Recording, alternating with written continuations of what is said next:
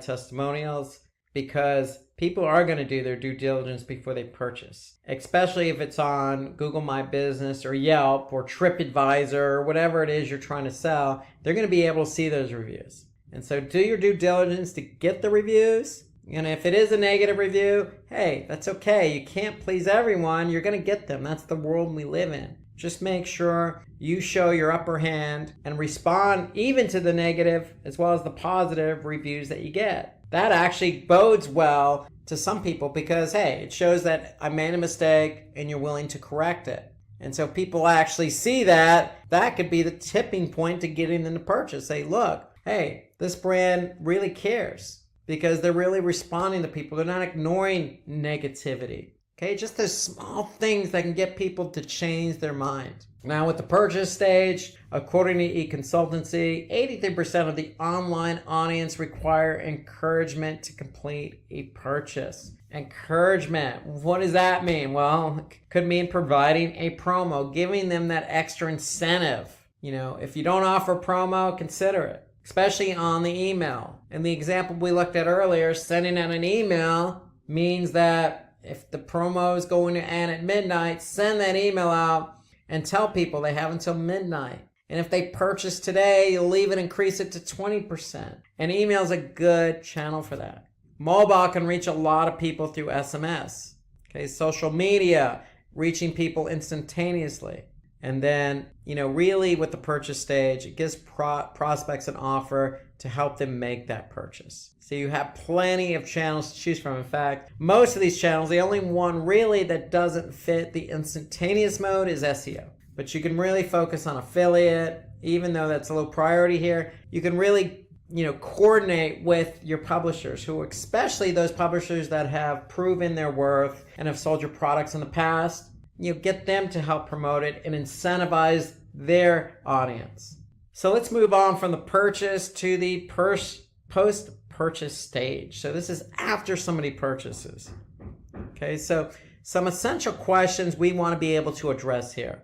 So what additional product could my customer buy? Now that they're my customer, what else could I sell them? What, without being too pushy, if they buy a coat, well, a hat work or a pair of gloves or, a blouse. You want to be able to not push a product on a customer, but think about how you can complement that purchaser's or customer's product. And then how to improve the customer buying experience. So again, this goes back to, what we just said about reviews. Get somebody to offer a review. And if they don't give you a full complement of 5 stars, they only give you 3.5 stars, then you know what? That's great feedback because then you can learn from that. And then the other question is, will the customer refer us to others? And if so, why? So that's definitely something you want to be able to address in the post-purchase stage. So let's take a look here. So with post-purchasing stage, to me, email's at the top of this list because if somebody purchases something, you could send a nice thank you email because if they purchase, they're giving you their email in return because you're likely going to be sending them the receipt via email. So email to me is a nice channel. You can send in a nice message. Even, social media. You can thank your community for supporting you on this recent campaign that you ran. Even throw in an extra 5 or 10% on a future purchase as a thank you. And that's easily done on social media. You could even post a blog, promoting, the success of a product and then offering a promotion. Okay, so there's a lot of things you could be doing here on the post-purchasing stage. So to me, even looking at content again, you could even, put a survey together.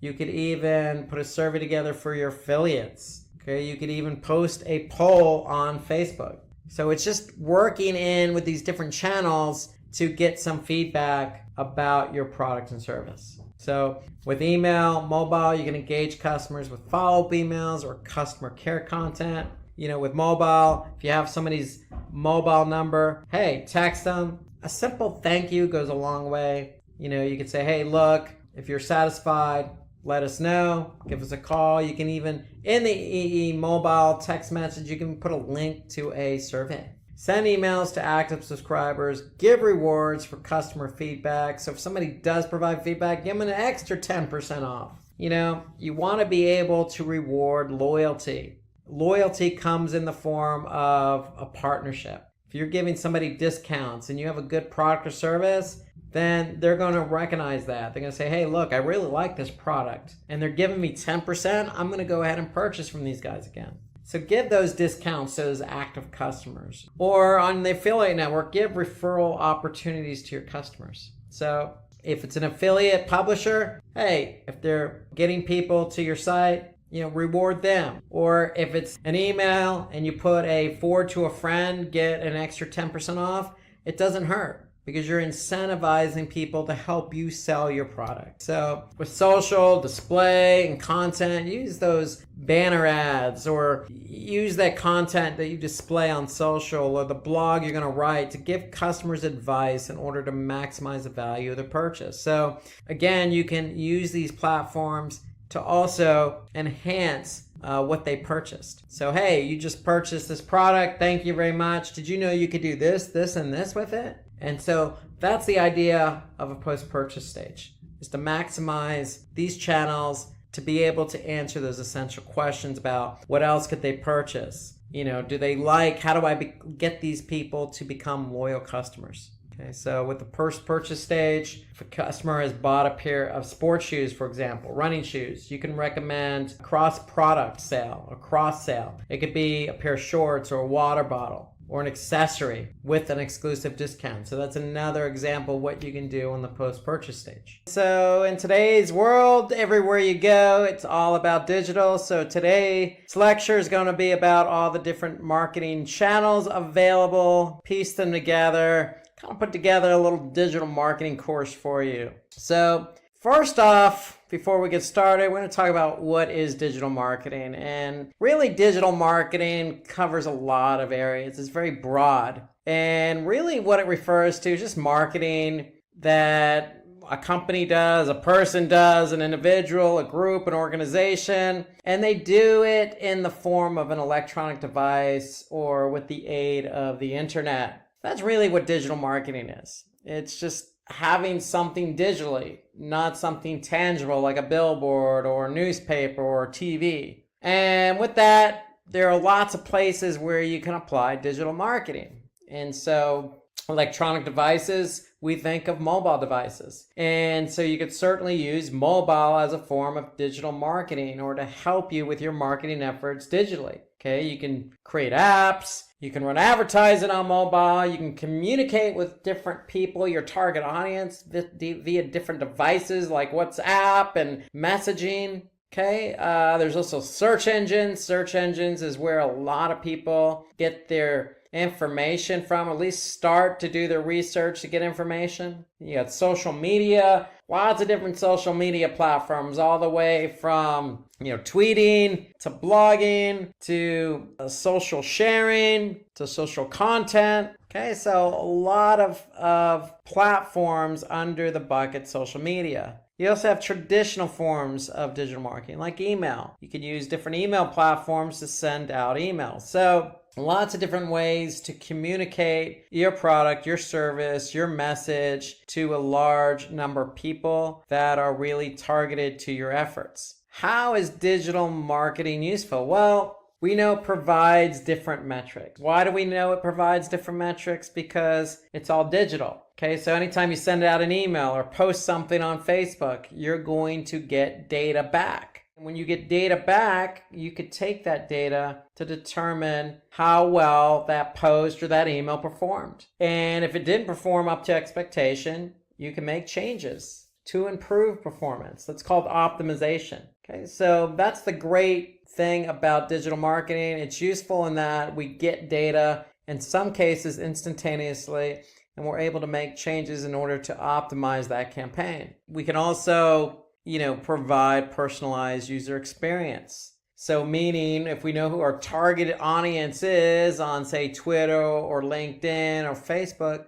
we can really cater our messaging to that group. Probably most importantly is that digital marketing compared to traditional forms of marketing allow us to really reach a global audience very easily at a very low cost. That's the key. So if I want to target people in India or Nepal or Pakistan, I can certainly do that. And I can do that with the snap of a campaign, and I can get data back. And based on the data, I can tailor that experience even better. Really, it just allows us to really hone in on a particular audience anywhere in the world very quickly. So these are just 3 of the main reasons why digital marketing is useful. Some other experiences or uses for digital marketing, again, it provides a cost-effective alternative to traditional marketing. So, for those that are familiar with purchasing advertising on, say, TV or radio, you have to pick a spot, you have to pick a program, and then pick a time slot associated with that program. So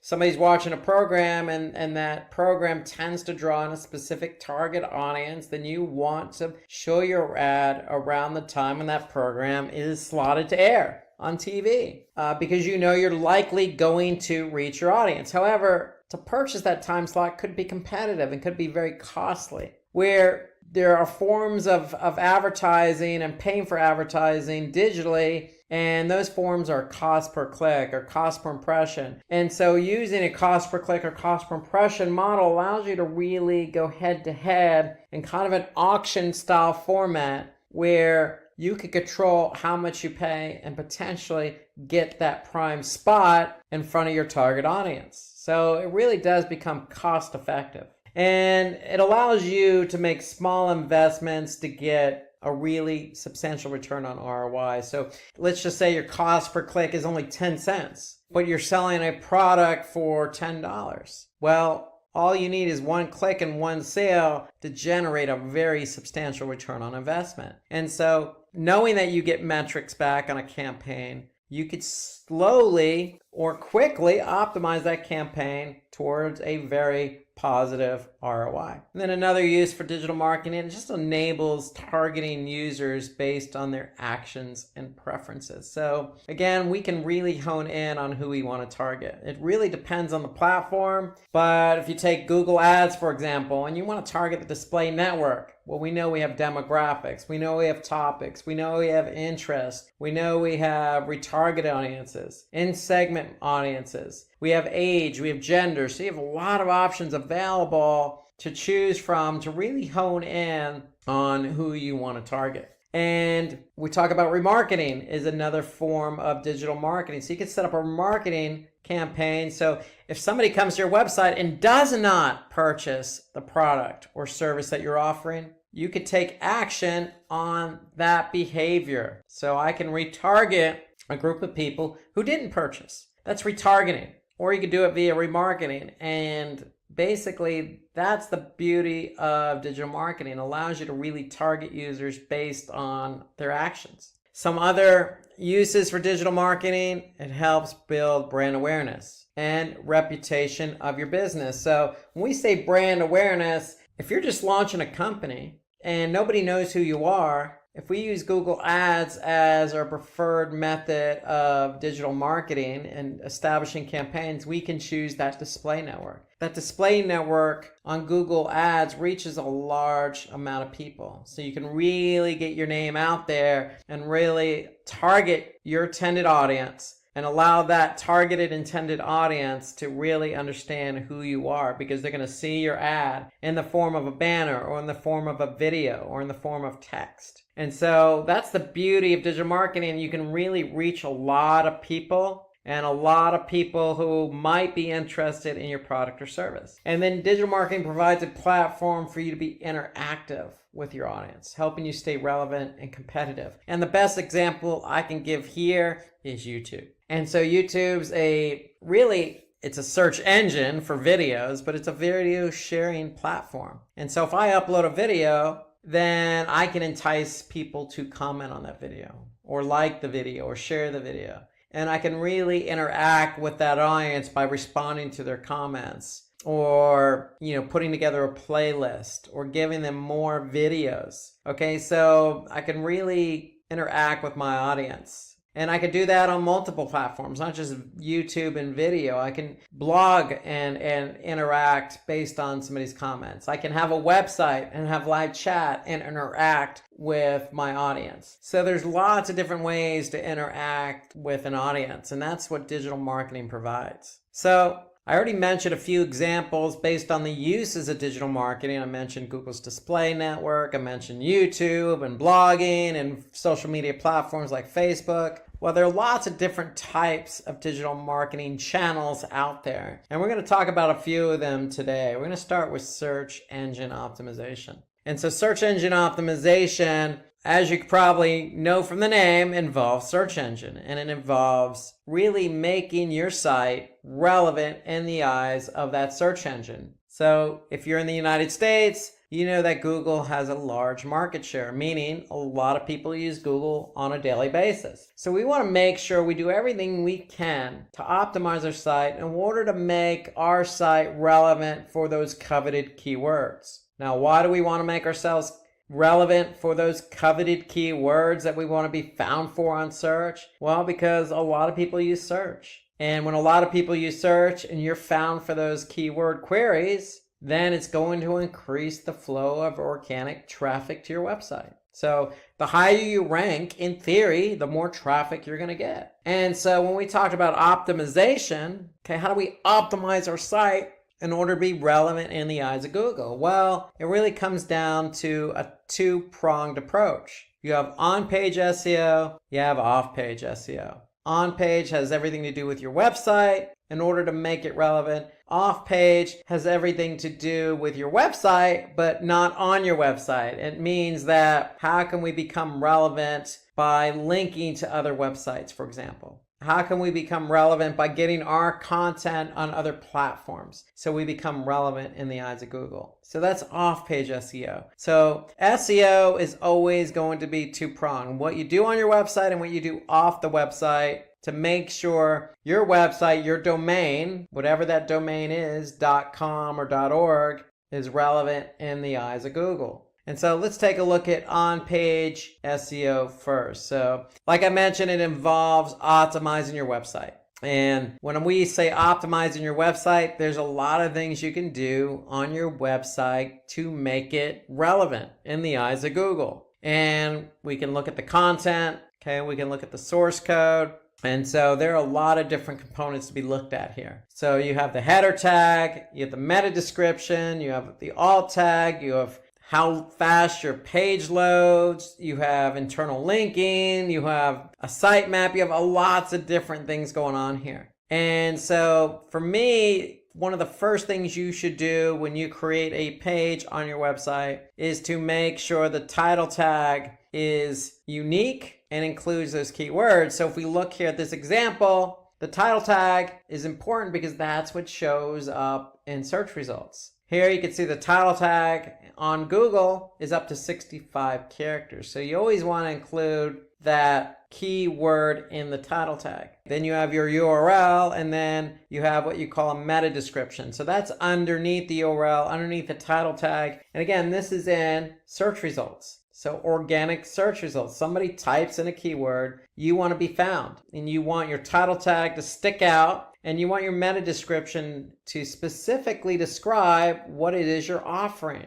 Okay, so again, if somebody's looking for stock imagery, then you want to make sure that you know that person who's looking for stock imagery can come to your website, and they can, in this case, search for millions of royalty-free stock images, photos, videos, and music. And so you want your description to really get that person to click on your listing in organic search. That's the whole point. So that's the point of a title tag and a meta description, is you really want to be found for what somebody's searching for, and you want to be able to show them that you have what they're looking for. You have something here underneath your organic search results called site links. And site links are just links to pages on your website. And so unfortunately, this is not necessarily in your control. This is in the control of Google. So if Google wants to offer up site links underneath your title tag and meta description, they will add them. And it's based really on the amount of content you have. And that goes with site search. So you can see also there's site search there underneath the meta description. All of that is contingent upon your website. Do you have a lot of content? And if you have a lot of relevant content, then Google will naturally add in site links underneath your organic listing to links to other pages on your site. So that's on-page SEO, and now we're going to look at off-page SEO. Okay, so off-page SEO involves using promotional methods beyond just optimizing your site. For example, optimizing your title tag and meta description might not be enough to get you to rank for that coveted keyword query. So we need to do some link building. We need to get our name out there on other websites. Okay, so we need to be able to establish some external links or backlinks from high quality relevant sites to our site. And it may not just necessarily have to be a link, because Google recognizes linkless backlinks. So just having a reference on a high quality site may be good enough to get you in the eyes of Google to become more relevant. Okay, so that's off-page SEO in definition. So really what we want to do is we want to establish a way to get links from other websites to our own, or references on other websites to our website. We want to build those links to help us gain in ranking. So there's lots of ways to do that. You have social media. Again, you have social content sites like Reddit, Medium, Quora. You have blogging. Okay, there's lots of ways to establish yourself out there on the internet. You just need to make sure they're quality sites, and you need to make sure they're relevant. And so when you do get a link on an external site pointing back to yours, you want to make sure it's a follow. So you want to make sure that Google knows to follow that link from that site to yours. So if you're out there establishing content on a third-party website or another website and they're going to link back to you, just make sure that it's a follow. Do follow, not a no follow. Okay, and I'm going to show you an example of what that looks like here. So if you're not sure what the difference is, here I'm on backlinko.com, and really a no follow versus a do follow is simply in the href. So in the href, if you don't have anything in there other than the link, then the search engines are going to follow that link from that external site to yours. And if you have a no follow in that link, then the search engines are going to ignore the link. So they're not going to pick up the backlink or external link to your site. And that's simply that site just adding the rel equals no follow. Okay, so if you see that in the link pointing to your site from that external site, then that means you're not going to get credit for that backlink. So you always want to shoot for a do follow link, because that means you're going to get credit for the backlink. Okay, so again, do follow links allow search engine crawlers to follow the link, and if they can follow it, you're going to get what they call link juice, and that's going to establish some reputation to your domain. A no follow link basically doesn't allow the search engines to follow that link. So it doesn't pass on the link juice. Now, again, search engines like Google are smart enough to pick up the association between a website that talks about your website and your website. So meaning, if you don't have a link and if you have a no follow link on that site, don't fret, because Google has come a long way. They're not necessarily focused on links, though it does help. So for example, if you are on a very prominent site and there's no link, then you still may get credit, because Google does recognize linkless backlinks. And that's what they call a linkless backlink, is just having a reference on that site. But you always want to try and get that follow, not the do not follow. Okay, so here you can see an example of off-page SEO. Okay, like TripAdvisor would be a good example. A link that redirects from TripAdvisor to, the Oprah magazine as an example. So the Oprah magazine is going to get a backlink from TripAdvisor to the site. So if Google crawls TripAdvisor, then they're going to be able to see this link. And if it's a follow link, they're going to give the Oprah magazine, that domain, credit from TripAdvisor. So for SEO, because there's a two-pronged approach involved, you have on-page and off-page. There's a lot of tools here, a lot of tools. So let's take a look at some of these tools. We're going to look at Google Keyword Planner. We're going to look at Moz, Ahrefs. We'll look at some tools that will help you with both on-page and off-page SEO. So let's start with Google's Keyword Planner. So why are we using Google's Keyword Planner? Because we want to find keywords. Okay, so we can't do on-page SEO. We can't optimize our title tag and meta description without a good keyword that we want to be found for. So what we want to do is we want to go into Google Ads. Now that's a pay-per-click platform. Okay, so if you want to be found via paid search, you're going to use Google Ads. But from an organic search perspective, we can use Google's Keyword Planner. So we need a Google Ads account. If we have a Google Ads account, then all we need to do is go to Tools. Then we need to go to Keyword Planner. And the Keyword Planner is a good tool because it allows us to find those coveted keywords. So we can discover new keywords, and that's exactly what we're going to do. So, for example, we're going to find, use the keyword mail delivery. If we have a business that delivers mails to people, what keywords do we want to optimize for? So we're going to be in Google Ads. We're going to go to Tools. We're going to go to Keyword Planner. We're going to discover new keywords, and we're simply just going to type in a keyword. So we're going to click Get Results, and Google's Keyword Planner is basically going to give us some information. So the keyword we chose was mail delivery, and they're telling us that on average over the last 12 months, there's 22,200 search queries on average over the last 12 months. Okay, so I could see if I hover over the graph here, I'm going to be able to see the average over 12 months. Okay, so here I can see the average over 12 months from July to June 2019. So here, what do I want to do? I want to look for trends, because here I can see the averages go up and down a little bit. But 22,200 is the average over 12 months. And then Google's Keyword Planner also tells me how competitive that keyword is. So if it's highly competitive, but it's got a lot of search volume, it could be a keyword I may want to covet. But the beauty of the Keyword Planner is that they also give you other keywords to look at. Okay, so mail delivery service is 49,500. Okay, so here you got some other ones. Best food delivery service, 9,900. Again, some of these are very competitive, but some of them aren't. And so you want to be able to do your due diligence, do some analysis, and figure out what keywords work best for you that aren't going to be competitive, but at the same time give you some search volume.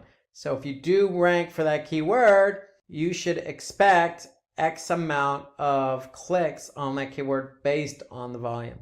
So that's Google's Keyword Planner. Alternatively, you can use a tool like Moz.com. So if I log into Moz, they have a tool called Keyword Explorer. And so here I can just type in that same keyword, mail delivery, targeting the United States in English, and Moz is going to give me some information on the keyword. So here they're going to give me a range in terms of the monthly volume, and they're going to give me a difficulty score. So they're going to tell me how difficult this keyword is. So out of a score of 100, it's 53, and they're going to tell me what my expected click-through rate could be if I'm ranking for that keyword. More importantly, they're going to give me some other keyword suggestions, just like Google's Keyword Planner. So here I can see prepared mail delivery service, mail delivery companies. So there are a lot of different suggestions of keywords that I can choose from. And if we scroll down, we could see basically some mentions. We could see the analysis, who's ranking for these keywords. So we can really get some insight as to who's ranking, how much volume, how difficult it is, what my estimates could be if I'm ranking, etc. So a lot of information built into Moz's Keyword Explorer tool. So Moz's Keyword Explorer tool could be a good option for you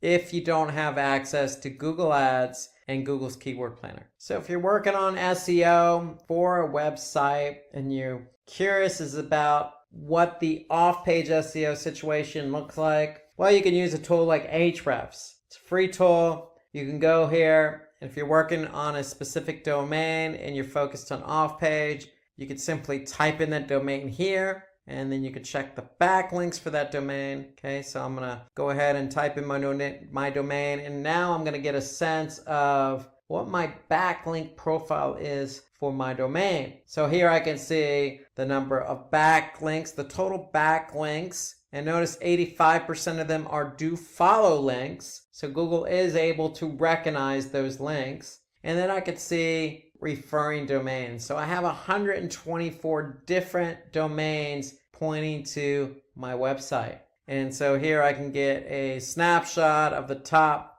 100 backlinks pointing to my website. And so this just gives me a snapshot of what's going on with my off-page SEO performance. Again, it's a free tool. It's good to use because it gives you an idea of what your off-page SEO situation looks like. Okay, another tool you could use is Pingdom. Okay, you can set up a free trial here. It's good for 14 days, and it allows you to, look at page speed. It allows you to monitor the site itself in terms of, visitors, maintenance, etc. So you can use Pingdom as well. However, it's only a 14-day free trial, but it does give you some